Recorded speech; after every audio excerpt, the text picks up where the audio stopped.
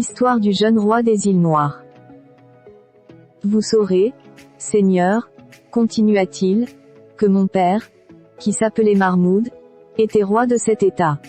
C'est le royaume des îles Noires, et l'autre à mes pieds, avec un éventail à la main, tant pour modérer la chaleur que pour me garantir des mouches qui auraient pu troubler mon sommeil.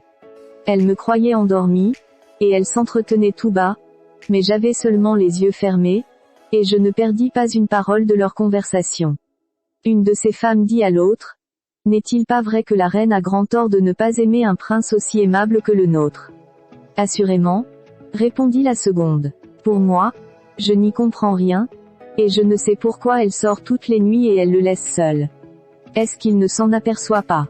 Et, comment voudrais-tu qu'il s'en aperçût?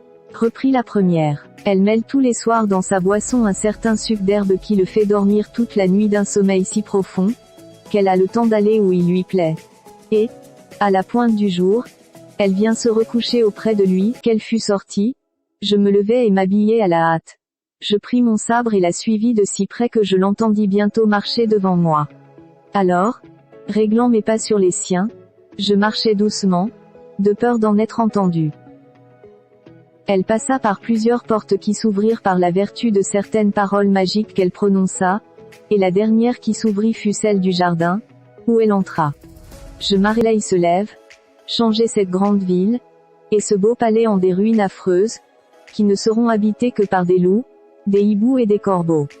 Voulez-vous que je transporte toutes les pierres de ces murailles, si solidement bâties, au-delà du mont Caucase, et hors des bornes du monde habitable?